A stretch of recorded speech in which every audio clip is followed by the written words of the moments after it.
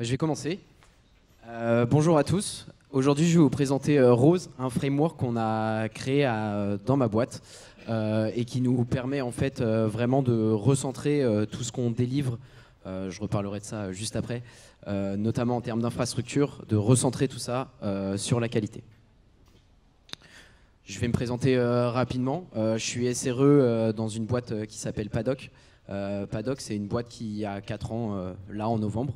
On est une boîte de services en infrastructure spécialisée dans le cloud. Donc on va aider des entreprises sur des missions qui peuvent durer de 2 semaines à 2 ans sur leurs problématiques d'infrastructure. On spécialise dans le cloud, mais on fait aussi du on-premise quand il y a besoin. Comme je disais, la boîte a 4 ans. Aujourd'hui, on est à peu près 70. Sur ces 70, on doit être à peu près 30-35 tech.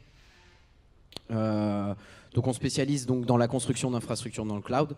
On fait aussi de l'infogérance pour les clients qui en ont besoin, d'externaliser leurs équipes car ils n'en ont pas en interne. Et on fait aussi bien sûr de la cybersécurité parce que c'est un sujet très important dès qu'on touche à l'infrastructure. Au-delà d'être SRE chez Paddock, je fais partie de l'équipe, pas forcément du coup, qui tire la qualité en interne sur les projets et de la mesure et de son suivi. Et c'est aussi moi qui tire tous les sujets qui sont un peu liés à l'open source, à notre présence dans la communauté tech et agile du coup, via soit du coup pour l'open source des contributions de code ou par des talks, et c'est pour ça que je vous parle aujourd'hui. Et sinon, dans la vie de tous les jours, quand je suis pas en train de coder derrière mon écran, globalement j'aime bien l'escalade, voilà, histoire de briser un peu la glace. Un autre truc à savoir sur moi, c'est que j'aime beaucoup raconter des histoires. Et globalement, c'est ce que je vais faire pour les 40-50 prochaines minutes. C'est que je vais vous raconter un peu l'histoire de la qualité chez Paddock. Du coup, cette courbe, c'est un peu ce qu'on a vécu en termes de qualité chez Paddock depuis la création, donc le point tout à gauche, où en tout cas on espère qu'on en est aujourd'hui. Si on découpe un peu ça, ce qui se passe, c'est qu'il y a une situation initiale. La boîte, elle est créée donc par notre CTO et notre CEO. Notre CTO, elle a des compétences forcément en infrastructure dans le cloud. Et il y a des premières missions qui sont délivrées. On reste dans notre zone de confort, on fait ce qu'on sait faire et donc on fait exactement ce qu'on a l'habitude de faire. Puis en fait, on commence à embarquer des missions un peu plus compliquées sur lesquelles on a plus de mal. Et forcément, la qualité sous-jacente de ce qu'on produit descend. Et c'est là qu'il y a une petite trigger dans la tête de notre CTO que j'ai mis là. Comme quoi, il va falloir se reprendre et améliorer tout ça si jamais on veut continuer à grossir et à se développer. Globalement, et c'est ce que je vais vous présenter juste après, c'est pas un chemin simple, c'est pas une grande ligne droite comme beaucoup d'aventures dans ce genre-là. Mais on en a appris... on est assez heureux de là où on en est aujourd'hui. Et puis, on a appris plein de trucs et c'est ce que je vais essayer de vous transmettre aujourd'hui. Du coup, là, j'ai remis ma petite tête avec un autre collègue parce que on n'intervient pas forcément dans cette histoire dès le début. Mais c'est nous deux qui sommes aujourd'hui en charge de ce sujet chez Paddock. Alors, donc comme je vous ai dit, je vais vous présenter un framework qui s'appelle Rose. Et donc, je vais essayer de vous raconter son histoire. Globalement, chez Paddock, et forcément parce qu'on fait de l'agile, on a globalement 2 obsessions principales. La première, c'est d'apporter de la valeur, et d'apporter de la valeur concrète, directe et en temps réel. Et donc en fait, et ça c'est tiré du lean et de l'agile forcément, on mesure tout ce qu'on fait, on essaye de s'améliorer et de toujours aller vers le mieux, toujours se remettre en question et d'évoluer dans la bonne direction. Et la deuxième chose, c'est forcément, comme on est une boîte de service, c'est d'améliorer la satisfaction des clients. On va fonctionner en sprint d'une semaine, qui se termine toujours du coup par des cérémonies qu'on conclut de manière permanente avec un questionnaire de satisfaction client pour savoir s'il est content avec notre vitesse de delivery, s'il trouve qu'il est bien accompagné, s'il trouve que la documentation qu'on lui a fournie suffit pour comprendre ce qu'on fait, ce qu'on a mis en place et pour récupérer après notre travail et qu'est-ce qui changerait, qu'est-ce qu'il aimerait voir en plus dans la suite des projets, etc. Donc c'est vraiment au cœur de notre ADN. Malheureusement, il y a 2 choses qui se sont passées. Le problème, c'est que, comme je le disais, il y a des projets qui sont pas très bien passé. Les clients n'étaient pas du tout contents de ce qu'on leur a livré et forcément en interne, ça se ressent sur les équipes. Une grosse pression, une baisse de morale. Donc il fallait essayer de redresser la barre. Et puis forcément, quelque chose qui en découle, c'est qu'on a commencé à se poser la question en interne, est-ce qu'on fait de la qualité finalement? Est-ce qu'on est content avec la qualité de ce qu'on produit? Et quand on regarde un peu les réponses de ça, une première réponse qu'on a beaucoup eue, c'est oui, mon client est satisfait. Alors c'est super, mais le client il nous appelle justement parce qu'on est expert cloud et qu'il attend qu'on fasse de la qualité. S'il nous appelle, c'est parce qu'il n'a pas les compétences pour le faire. Donc en fait, il n'est pas capable de juger de la qualité de ce qu'on fait. Il attend et il nous fait confiance pour ça de lui livrer la qualité. Donc bah, cette réponse, elle est complètement juste à côté de la plaque. On a une deuxième réponse qui est facile, on bosse dans la tech, ma production elle crache pas, donc ouais, a priori c'est que c'est ok. Pareil, ici on mesure pas vraiment de la qualité, effectivement l'appel elle crache pas, mais elle crache pas, ça peut être un effet de bord, entre guillemets, on peut avoir de la chance. Ça peut être aussi parce qu'aujourd'hui la charge qu'il y a sur notre applicatif, elle est ok, mais peut-être demain si on fait x2 en user, bah en fait ça sera pas du tout la même histoire. Donc finalement encore une réponse un peu à côté de la plaque. Et on a des réponses du style bah mon code Terraform il a l'air ok, donc ouais. Alors un peu mieux parce que là on parle de mon code a l'air ok. Mais alors déjà on est sur un scope très petit de ce que c'est que la qualité d'une infrastructure, on y reviendra après. Et ensuite, mon code a l'air OK. En termes de mesure, c'est très subjectif. Je ne sais pas si vous avez déjà essayé de mettre deux techs dans une salle et de leur demander si un code était qualitatif, mais vous allez créer une guerre de tranchées à mon avis. Ne le faites surtout pas. Donc voilà, ce qu'on voit, c'est que dès qu'on commence à se poser un peu la question, on traite soit un sous-sujet très petit et on n'arrive pas à le mesurer, soit on répond complètement à côté de la plaque en esquivant la question. Et du coup, bah, vis-à-vis de ça, il y a deux moyens de réagir. Soit on se jette par la fenêtre, globalement, hein, et puis on met tout sous le tapis, et puis on se dit ah, bah, les clients ils sont ok, ça crache pas, et puis bah, on va regarder comment ça se passe. Ou et bah, on essaye de reprendre les choses en main, même si c'est pas facile. Et bah, si je suis là aujourd'hui, c'est parce qu'on a choisi la deuxième option chez Paddock. Du coup, je vais vous présenter, et c'est là tout le cœur de ce sujet, bah, qu'est-ce qu'on a imaginé, comment on l'a fait, et à quel point ce qu'on s'était dit qu'on ferait au départ, et bah, on est complètement parti dans autre chose, mais on est quand même hyper content du résultat. Du coup, le plan original, hein, c'est assez straightforward. On se dit, bah, on va se trouver une KPI qui représente la qualité d'une infrastructure, hein, et puis bah, on va mesurer ça sur nos infrastructures. On va voir ce que ça donne. On va apprendre de cette KPI, voir si jamais elle n'est pas bonne, etc. Quelles actions on peut prendre pour remédier à ça. Et puis, ça y est, c'est réglé. La qualité, on fait de la qualité maintenant chez Paddock. Eh bien, je pense que j'étonnerai personne en disant que ce n'était pas aussi simple.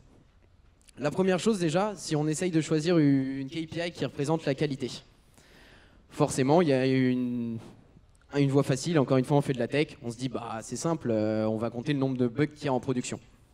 Alors, déjà c'est quoi un bug? Si on revient à la définition du truc, c'est un comportement non prévu du système qui amène à un dysfonctionnement.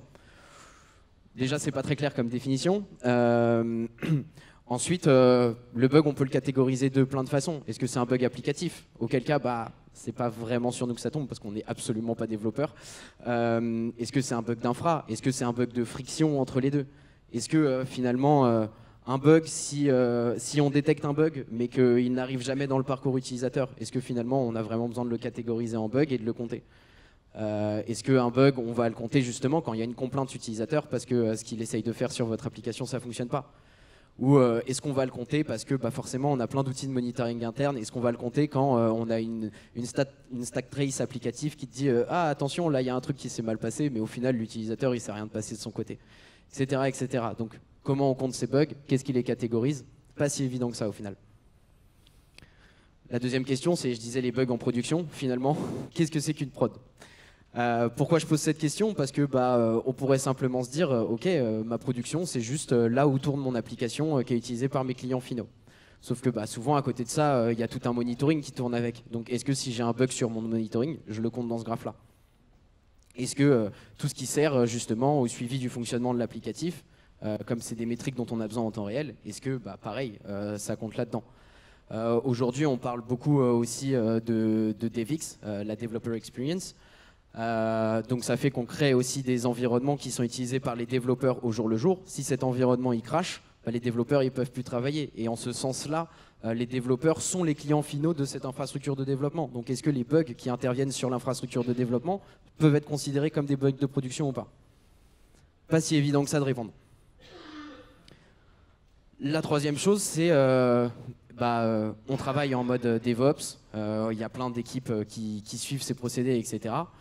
Comment on arrive vraiment à délimiter quel bug tombe chez quelle équipe?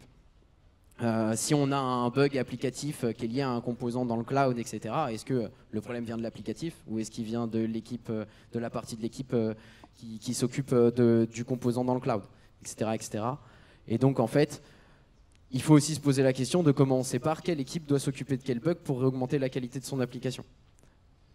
Et enfin, régler des bugs, ça fait partie de métier de tous les techs. Maintenant, passer une année de sa vie à ne régler que des bugs, c'est fatigant, c'est exaspérant, c'est pas très, en termes de rewarding personnel, c'est pas incroyable.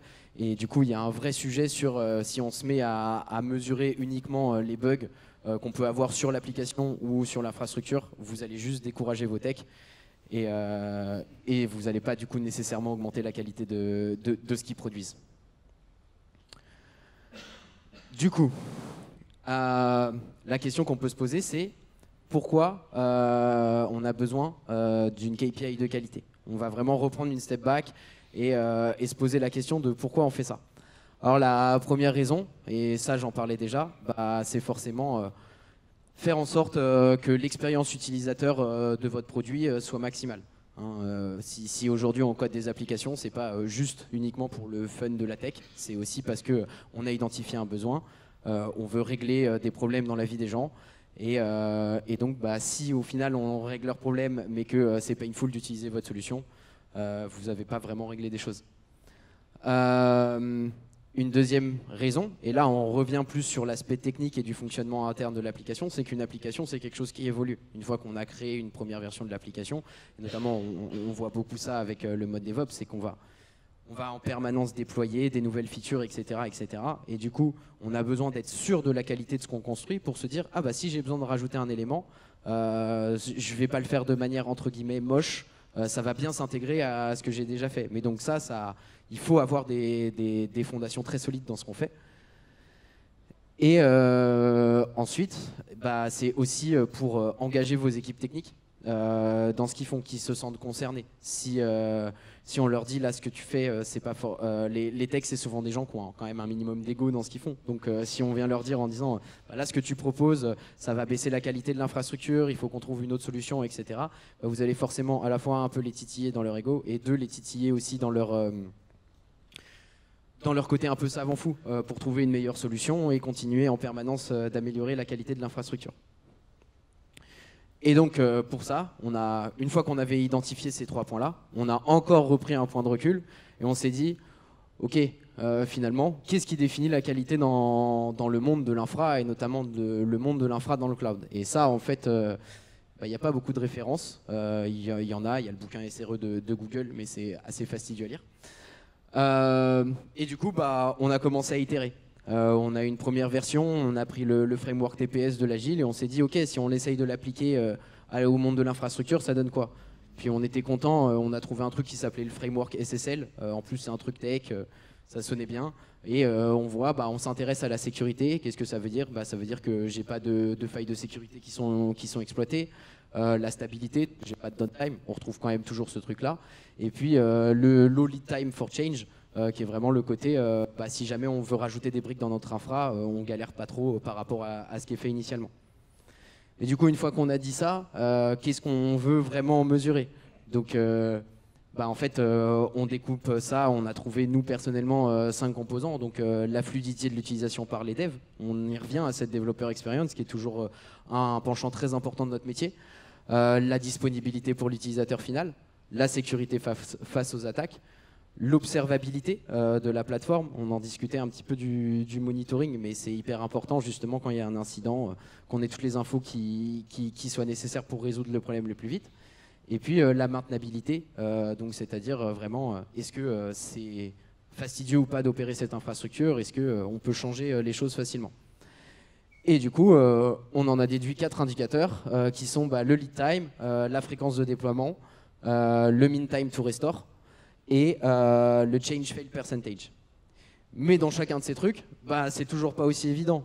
Prenons l'observabilité. Ouais, je vous demande pas de lire le truc, hein, c'est vraiment plus pour illustrer le côté où on a vraiment beaucoup travaillé. Si on prend l'observabilité, par exemple, en fait, il y a plein de trucs dans l'observabilité.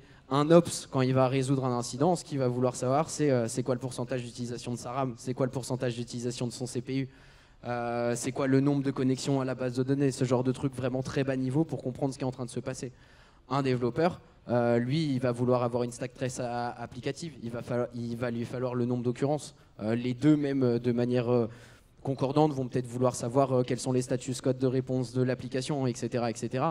Et un PO, beaucoup plus haut niveau, va se dire ok, c'est quoi la version de l'application qui est déployée, est-ce que là ce bug qu'on vient de détecter qui remonte, est-ce que ça a vraiment un impact, est-ce qu'il faut vraiment là qu'on se concentre et qu'on mette toute l'énergie dessus, ou est-ce qu'on peut juste le mettre dans le backlog et se dire ok, ça peut attendre plus tard. Donc tout ça, c'est dépend de l'observabilité qui sont toutes aussi importantes les unes que les autres, mais du coup définir l'observabilité, c'est pas aussi simple que ça. Et du coup, on continue à itérer, etc. etc. On arrive à une V2 du framework qui s'appelle Marceau. J'étais même pas au courant que ce truc-là existait avant de préparer le talk. Donc on définit nos 5 piliers en fait, de la qualité selon PADOC, qui à ce moment-là étaient la maintenabilité, l'automatisation, la reliability, la sécurité et l'observabilité. Donc on continue d'itérer comme ça, et à chaque fois en fait qu'on trouve un nouveau concept, on essaye vraiment de revenir à la théorie de ce dont on a besoin. Et in fine, on arrive enfin à Rose. Alors Rose, du coup, on retrouve quand même beaucoup de piliers de ce que je vous ai décrit tout à l'heure. Le premier, c'est la résilience de l'infrastructure. La mesure associée à ça derrière, c'est l'uptime et la latence. C'est-à-dire vraiment l'impact sur votre utilisateur final. Il y a l'opérabilité.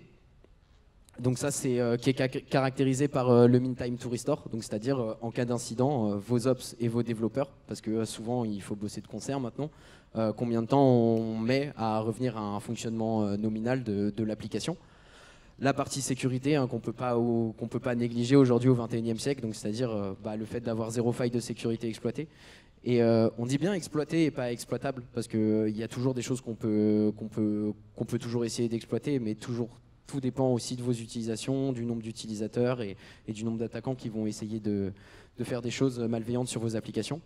Et il y a la partie empowering, et donc ça c'est, on y revient encore, la developer experience, c'est est-ce que vos devs arrivent à mettre en production tout seuls sans avoir besoin d'ops qui font des opérations, etc., etc. Ces catégories, on les a initialement séparées chacun en 5 critères. Peut-être pas revenir dessus tous, mais l'idée c'était vraiment de pouvoir se dire ok, on arrive chez un client, on peut regarder son infrastructure, un peu l'auditer et se dire ok, là en résilience je suis à 3, en opérabilité je suis à 2, en sécurité je suis à 0, en empowering je suis à tant, et le client va dire moi je veux qu'on améliore la sécurité, et on va se dire ok, nous nos axes d'amélioration de la sécurité, on voit que vous n'avez pas d'outil de détection d'intrusion, donc on peut en installer un. Il faudrait faire un pentest et vos données ne sont pas chiffrées.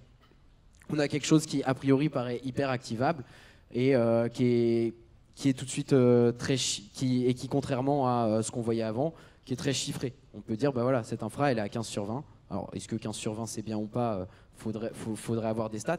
Mais voilà, on a quelque chose de très activable et qu'on a voulu...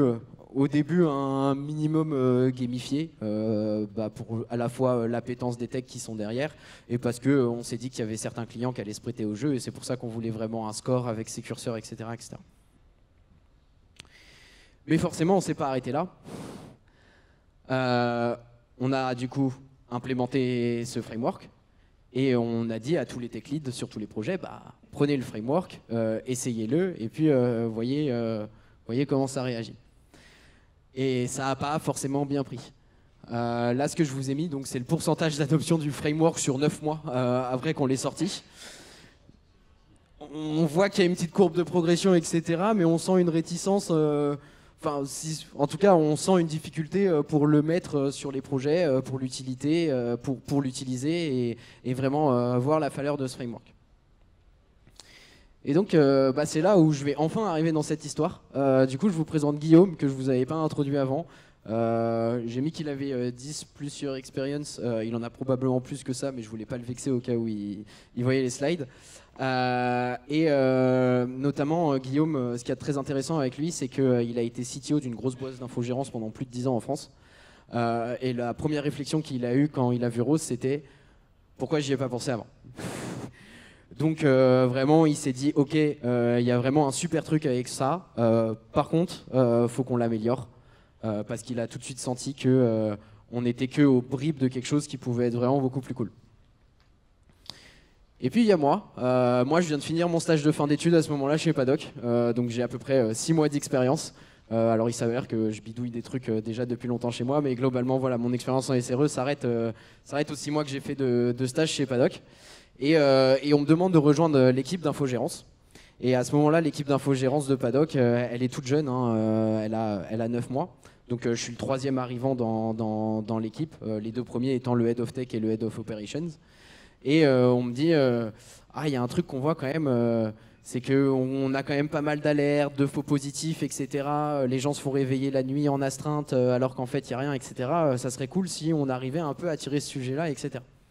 Et donc je me suis dit, ok, mais déjà, est-ce qu'on est confiant sur les infrastructures qu'on infogère? Parce qu'on ne les a pas toutes construites. Il y en a certaines qu'on a construites, mais on les a construites il y a 3 ans et on a quand même appris à faire des trucs vachement mieux depuis. Est-ce qu'on est vraiment confiant sur le niveau de qualité de ces infrastructures? Et du coup, forcément, je me dis, tiens, qualité des infrastructures. Il y a 2 mois, la CTO, elle nous a présenté un super framework qui s'appelle Rose. Je vais essayer de le mettre en place sur toutes les infrastructures qu'on a à ce moment-là en infogérance. Et c'est là que j'ai compris pourquoi on avait du mal sur l'adoption de Rose, parce qu'il y avait quand même beaucoup de problèmes avec ce framework dans la version que je vous ai proposée. La première chose, c'est que les critères sont ambigus et qu'ils sont non binaires. Ce qui veut dire que on ne sait pas trop quand est-ce que c'est validé, c'est une question de négociation. Moi, j'en parlais pas mal avec mon Head of Tech et il y avait des critères où j'étais là genre, c'est pas validé, mais à peu près à moitié, on peut peut-être mettre 0,5. Puis voilà, on rentrait dans cette négociation-là et puis au final, quand on compare les 7 infras, comme on a chacun mis un peu notre interprétation dans l'évaluation, c'est pas vraiment comparable, on sait pas vraiment quels sont les problèmes, etc., etc. La deuxième chose, c'est que ça monte complètement aux progressivités. On a 20 critères, c'est cool, mais les critères sont souvent, pour certains, sont très durs à atteindre. Et donc, il y a un côté, alors qu'on nous a remonté aussi des projets, mais qui peut être frustrant pour les gens qui travaillent sur ce framework en se disant, ça fait quand même 3 mois que je bosse sur un truc et j'ai pas pris un point en qualité. Pareil pour les clients, on leur présente toutes les semaines et ça fait 3 mois qu'on est chez eux et on leur dit, on n'a toujours pas pris un point en qualité. Et ça marche aussi dans l'autre sens. Il y a des critères qui sont très très simples à atteindre, mais qui finalement servent un peu à rien. Dans les critères, typiquement, on avait je fais des backups journaliers de mes données. C'est très bien d'avoir activé l'option en clic sur GCP, mais un backup tant qu'il n'est pas testé, qu'on n'a pas une procédure qui est vérifiée tous les mois, etc., etc. À part vous donner bonne conscience, ça sert pas à grand chose. Un autre truc, c'est que on est en train de monter le pôle d'infogérance. Et ce qu'on voit, c'est que forcément, on crée le pôle, donc on accepte un peu tout ce qu'on nous donne. Mais on sent très vite que si on accepte un peu tout et n'importe quoi, on va pas s'en sortir parce qu'on va se retrouver très vite avec des infras qui sont très basses en qualité, peu importe ce que qualité veut dire à ce moment-là. Et du coup, ça serait bien qu'on ait une espèce de barre minimum, de se dire déjà pour nous, quand on arrive sur les projets, si on atteint ce score-là et cette barre minimum-là, ça veut dire qu'on est quand même un minimum satisfait de ce qu'on fait et on laisse le client avec l'esprit tranquille en se disant ok, on a atteint un minimum de trucs. Et nous, pour récupérer des projets en infogérance, dire ok, t'as pas tous ces critères-là, nous on te propose de travailler sur ces trucs-là et comme ça on peut faire l'infogérance tranquillement et on sera tous sereins dans cette histoire. Et un autre point, forcément, comme je disais, si on nous appelle nous, c'est parce qu'il n'y a pas les équipes en interne, c'est parce qu'on on nous appelle nous pour être experts, mais il faut absolument aussi qu'on éduque les clients à l'importance de l'infrastructure. Ce qu'on voit souvent aujourd'hui dans les startups, c'est qu'il y a un gros effort mis sur le delivery applicatif, sur le fait de créer des nouvelles features, etc. Parce que en fait, quand on va voir un fonds d'investissement ou pour les utilisateurs, c'est ça finalement qui a de la valeur. C'est est-ce qu'il y a une nouvelle feature, est-ce que mon app elle est jolie, etc., etc. Sauf que l'infrastructure, c'est vraiment les fondations qu'il y a derrière. C'est vraiment la fondation qui permet de faire tourner ces applications. Donc si c'est mal fait, et ça va forcément se répercuter. Pas tous les clients aujourd'hui en ont conscience. Et du coup, il faut vraiment qu'on ait quelque chose qui nous permette facilement de mettre en avant et en lumière des points de défaut et d'éduquer le client vis-à-vis de ces choses-là et du fait qu'il faut absolument qu'ils mettent de la force de frappe là-dessus parce que ça devient vraiment prioritaire et un peu risqué. Et un dernier truc, c'est que on est une boîte de services, donc comme je disais, on fait beaucoup de cloud, mais pas que. Et puis sur le cloud, il y a GCP, il y a AWS, il y a Azure, il y a Scaleway, on essaye. On peut faire du Kubernetes, on peut faire du managé, on peut faire du non managé, etc., etc. Et du coup, il faut absolument, comme nous, on a besoin d'un framework qui va s'utiliser chez tout le monde, d'avoir quelque chose qui reste très agnostique de toutes les technologies qui sont utilisées, ce qui est un challenge en soi. Et on le sait aujourd'hui, on a essayé de rendre le framework dans l'état actuel, de le rendre aussi agnostique que possible, mais on le voit très bien aujourd'hui, notamment quand on va travailler sur des infrastructures on-premise, on a encore un fort biais sur tout ce qu'on fait dans le cloud. Du coup, comment on s'est organisé? Globalement, il y a deux choses. C'est qu'on est un peu passé en mode projet sur Rose avec Guillaume, c'est-à-dire qu'on avait nos rituels.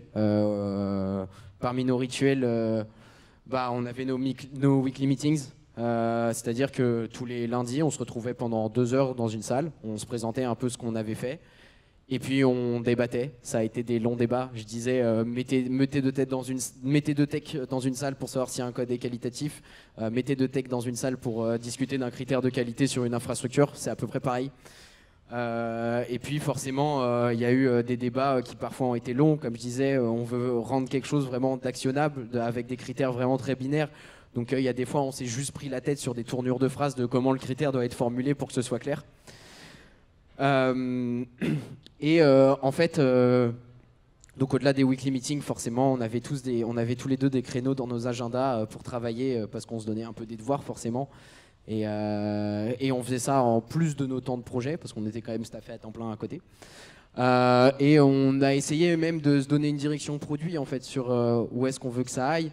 Du coup, on a essayé notamment de faire des interviews de nos utilisateurs finaux. Alors nos utilisateurs finaux, finalement, c'était nos techs en interne, donc ils n'étaient pas trop compliqués à les interviewer. Mais c'était important d'aller les voir pour leur demander qu'est-ce qu'ils pensaient de Rose, qu'est-ce qui leur posait problème, pourquoi ils ne voulaient pas l'utiliser sur leur projet, etc. Et c'était assez plaisant aussi de voir qu'ils étaient assez alignés avec toute la checklist que je vous ai faite juste avant. Voilà.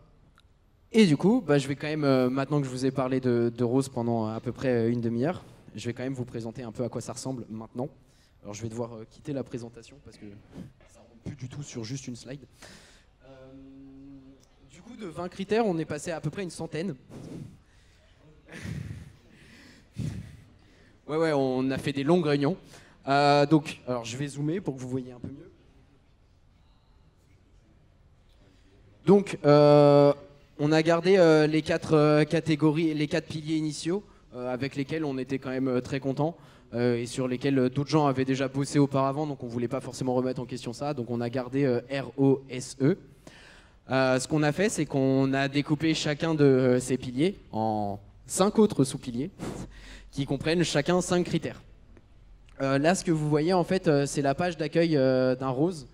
Ce qu'on voulait faire, et ça c'était pour la partie, comme je disais, éducation client, etc. Et nous aussi, parce qu'on bosse avec des product owners, des scrum masters qui n'ont pas forcément envie de rentrer dans les détails techniques de nos 100 critères, d'avoir vraiment un visuel très rapide, simple sur où on en est. Je vais quand même du coup aller vous montrer au moins une des pages qui est en dessous. Voilà globalement à quoi ça ressemble. C'est long, ouais. Du coup, on a la formulation de chacun des critères sur la gauche. Ensuite, on a des checkbox. Globalement, on a une checkbox pour dire ok, ça, c'est ce dont je vous parlais, c'est un requirements minimum pour rentrer en infogérance. Est-ce que c'est une target ou pas? Parce que forcément, à chaque fois qu'on va faire une itération projet, que ce soit pour un nouveau projet ou sur un projet long, on essaye de faire des itérations à peu près de 3 mois. La target, ça nous permet de dire OK au client, après cette itération, ce truc-là, il va être coché. Donc ça a aussi une forme d'engagement pour nous auprès du client. Et derrière, une petite explication pour essayer de casser l'ambiguïté qui pourrait rester sur certains critères, parce que un critère qui rentre sur une ligne pour représenter quelque chose dans le monde de l'infra, ça suffit pas toujours. Et un côté un peu sympa, donc pour marquer si le critère a été rempli ou pas, on met juste une date, là dans date done. Je vais faire un exemple ici. Et on est le 17 10 2022. Hop. Le critère est coché. Et du coup, ça va se répercuter ici sur le visuel ici. Globalement, sur les visuels, ici, on a vraiment le score global avec une barre qui va monter en fonction des targets sur lesquels on s'engage. Ici, c'est le score par catégorie avec toujours la barre target pour savoir où est-ce qu'on en est. Et ici, c'est notre compliance run. Voilà, donc on a aussi encore voulu pousser le côté gamification dont je parlais déjà. Avec un peu ce dashboard et le côté un peu facile à remplir.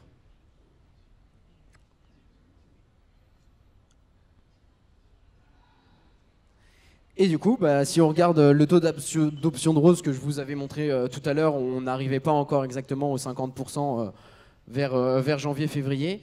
On voit que ça a bien augmenté. On dépasse la plupart du temps les 75%. Pour information, on a présenté la V2 de Rose fin février. Donc on est quand même assez content du résultat. Aujourd'hui, ce qu'on voit, c'est que pas tous les projets s'en servent. Alors à ça, la raison souvent associée, c'est que quand on va travailler dans des grosses entreprises, on travaille très souvent sur des petites portions de leur infrastructure. Et du coup, c'est pas forcément à nous de gérer justement la globalité du truc, et il y a quand même beaucoup de critères qu'on a un peu du mal à juste catégoriser sur juste une sous-partie de l'infrastructure. Par exemple, il y a des missions, moi j'ai travaillé là-dessus, où pendant 6 mois on va travailler uniquement sur faire des environnements de développement à la volée. En fait, avoir des environnements de développement à la volée, c'est un critère. Alors je disais, on voulait avoir des trucs progressifs. On a 100 critères, il y en a qui vont aller se cocher très vite. Forcément, sur la fin, il y en a où il faut aller un peu plus tirer pour aller les cocher. Le but étant bien sûr de pas baisser, de pas se dire ok, on veut toujours arriver à 100 sur 100, donc on va baisser nos attentes, mais aussi de se dire ok, ça on sait pas bien le faire, on sait pas le faire vite. Comment on peut faire en interne pour améliorer ce problème-là, et se dire ok, là on a mis 6 mois à faire des environnements de développement, est-ce qu'on peut pas réussir à le faire plus vite? La réponse est oui, là on vient de le faire en 4 semaines. Et du coup, ce qui est aussi hyper intéressant d'analyser, c'est la réaction de nos clients. On a beaucoup de clients, surtout les clients avec qui on travaille pendant longtemps. Dès qu'on va leur proposer une modification, maintenant ils vont nous dire d'accord, mais ça se répercute comment sur Rose? C'est cool, parce que notre standard de qualité à nous, c'est aussi devenu le standard de qualité de nos clients. On a aussi, sur le côté gamification, on a des clients qui se prêtent énormément au jeu. On a déjà des clients qui nous ont demandé c'est quoi le meilleur score que vous ayez jamais atteint sur Rose, et est-ce qu'on peut faire mieux. On a carrément actuellement un projet où le client nous a demandé juste littéralement la moitié de notre delivery doit être dédié à faire juste des points sur Rose en plus à côté. Et puis le côté éducation fonctionne aussi, parce que sur cette page, moi j'ai fait un point de gouvernance avec un client il y a un mois qui me disait oula, 0 sur 5 les backups, on peut pas faire quelque chose? Et donc c'est ce que je disais, c'est que ça y est, ce standard qu'on a un peu galéré à monter en interne, et enfin les clients se l'approprient et s'en servent vraiment comme du référence. Forcément, ça fait en tout en interne quasiment 2 ans qu'on bosse sur ce truc-là, donc on n'a pas envie de s'arrêter là. Là, la prochaine étape sur laquelle je suis déjà en train de travailler, c'est d'en faire une application web. Pas juste pour le fun de faire une application web, c'est parce que Excel, c'est super, on arrive à faire plein de trucs, mais ça commence un peu à avoir ses limites. Et notamment, là, je vous ai présenté Rose 2.0, on en est à Rose 2.2, parce que forcément, bah, ça n'a pas été parfait ce qu'on a fait. On se rend compte qu'il y a certains critères qui sont un peu ambigus. On se rend compte qu'on voudrait rajouter des critères, qu'on veut en fusionner d'autres, etc. Donc on va forcément aller changer la matrice. Et alors quand vous devez aller changer 80 Excel, dire au tech, oui alors si ce critère et ce critère il était coché, du coup vous cochez celui-là. Par contre si celui-là il n'était pas coché, celui-là il se décoche. Ça commence à devenir un peu compliqué. Donc c'est pour ça qu'on aimerait un peu automatiser ce process via une application web. Forcément, on continue, on est assez persuadé que ce côté gamification, que ce soit pour l'adoption en interne ou l'adoption des clients, que c'est un peu la clé du truc. On le voit aussi en interne. Moi, j'ai souvent des techs qui viennent me voir en disant « Ah, regarde, moi, j'ai enfin eu 76, il y a quelqu'un qui a fait mieux. » Donc voilà, ça peut passer par des petits trucs. Maintenant qu'on a une web application, ça peut être juste un petit leaderboard des projets pour un peu faire en sorte que les techs se titillent. Et puis j'en parlais déjà un peu avec l'application web, mais c'est l'automatisation. Je suis SRE, automatiser des trucs, c'est un peu ce que je fais de manière quotidienne. Et donc forcément, on aimerait bien se dire qu'on a un outil qu'on installe chez un client et puis pouf, ça suit son score rose tout seul, ça nous recommande ce qu'on doit faire, comment le faire, etc. etc. Mais bon, c'est peut-être un peu pour plus tard. Du coup, forcément, je vous ai un peu montré tout le chemin qu'on a fait pour arriver à ce framework aujourd'hui et quels sont les next steps pour nous. Mais globalement, si vous devez retenir 3 trucs de ce que je viens de raconter, pourquoi vous devez faire la qualité? Déjà parce que ça engage personnellement vos ingénieurs sur des discussions à propos des bonnes pratiques. On en parle très souvent, mais c'est très important d'en avoir. Et puis, une fois que ça y est, vous avez lancé vos ingés sur les bonnes pratiques, en général, c'est souvent un truc qui les passionne. Vous pouvez reprendre un peu de recul et vraiment vous concentrer sur la vision de votre boîte ou de votre produit.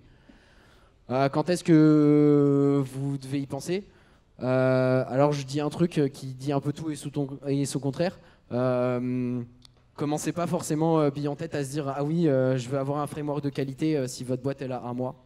Comme j'ai dit, ça c'est un process qui a pris 2 ans et qui mélange l'expérience d'une quarantaine de tech de la boîte.